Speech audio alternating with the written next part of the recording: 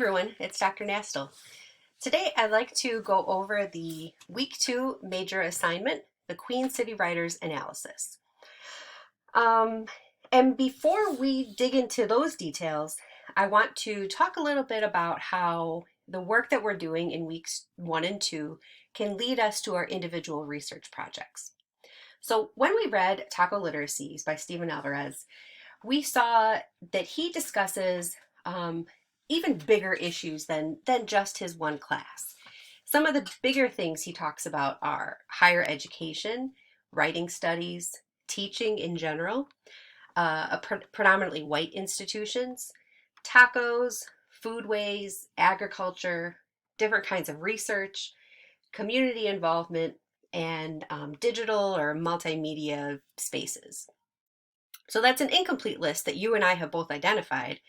But those are some of the bigger issues in society or in education that his article talks about or somehow connects to.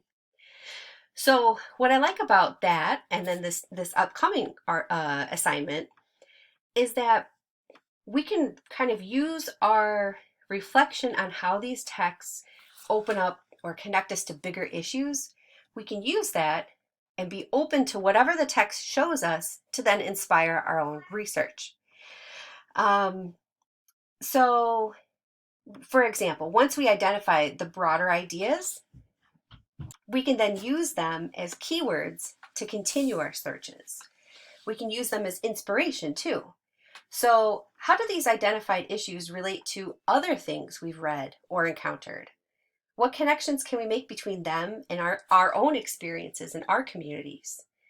What more do we want to learn? Identifying all these possibilities allows us to discover our own interests. And this is really the joy of research. What do we want to discover? So it's that spirit that we're taking into our next assignment, the Queen City Writers Analysis. So overall, you are going to be exploring the Queen City Writers website and identifying one major theme you see emerge within the journal. To get there, you're going to have to look through a lot of different sources. You will be very frustrated if you identify a theme first and then try to force different articles into it. Trust me, I can share with you lots of different students' experiences doing just that. So if instead you begin with that really open framework, open mind, what do I want to discover? I think that this assignment will be actually kind of enjoyable. So you're going to, it's not necessarily a traditional essay, which I'll show you the outline. It is an analysis, and it's really just thinking about, okay, skim through a bunch of different articles or videos, take a look at the things that seem to pop out more than once or a few times, and explore them, think about them. So you're going to write about 1,050 to 1,400 words, identify one major theme within 5 years, and you're going to use at least 5 sources. This also needs to be formatted in MLA. So if you are feeling rusty on that, or you just want a refresher, I have some resources on our D2L site, and I also urge you to make an appointment with the Writing Center. Okay, so here on the assignment sheet, I have some suggestions for each of the paragraphs. Here's the suggested outline. So some background information, really simply as if you were writing just any kind of general summary. What are you writing about? What is this journal about? What other background information do readers need? You don't need to worry about an attention grabber. Really dry is totally fine. This is just a way for readers to be prepared for the exciting stuff that's about to come. The method paragraph might be unusual, but it's essential in research in any of the social sciences or natural sciences in particular. So what theme did you identify, and what did you do to get there? What kind of work did you do, and how did you identify it? What was your process? This is important because it allows your readers to understand exactly what you did to arrive at your conclusions. It gives them a model to follow in their own research, and it helps you as a researcher figure out what works for this kind of research.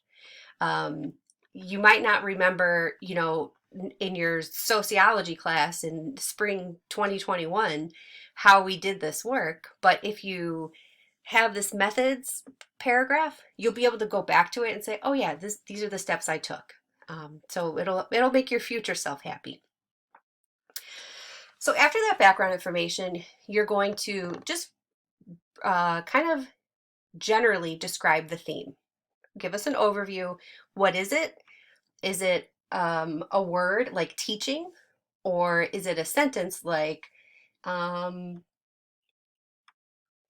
examining teaching in a writing studies program at a predominantly white institution? It doesn't matter. Like, there's no word limit or word count here that you need to follow. Just whatever kind of theme you identify. How do you define it? What does it mean? And in which text is it discussed? Then you'll go into the specific details.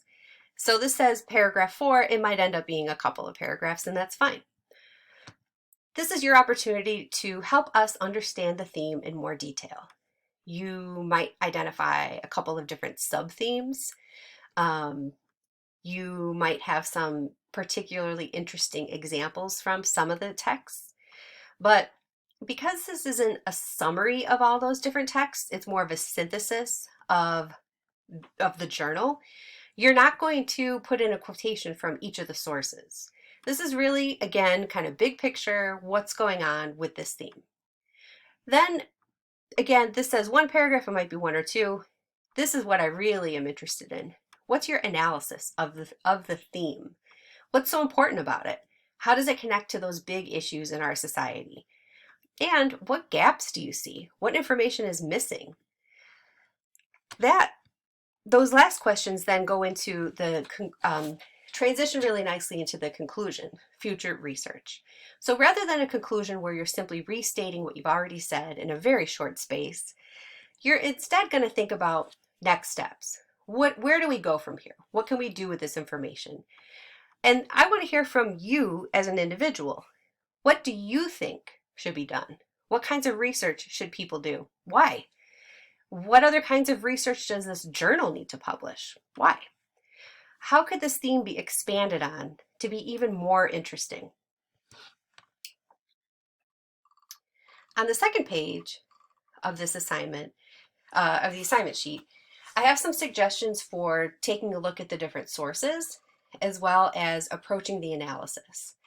So please take your time and review this information. So you're going to use more sources than others, no problem. You're going to have to skim more than 5 years to determine which 5 years you want to focus on. And you're going to need to skim more than 10 texts, I would say, or at least 10 to determine which 5 you want to include. For the analysis, I have some questions that can help you spark your critical thinking. So what themes are emerging? What's happening in the United States society at that time? Why do you think a certain author might be writing about a certain thing based on what information you have about the author? What controversies did you, for example, expect to see but didn't? Why?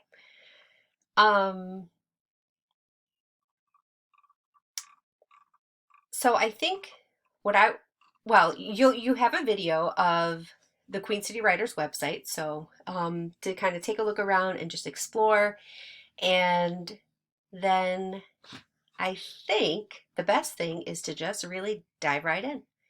I hope that you'll meet with me as the full class or individually, and again, I hope that you will meet with the Writing Center, especially about the MLA formatting.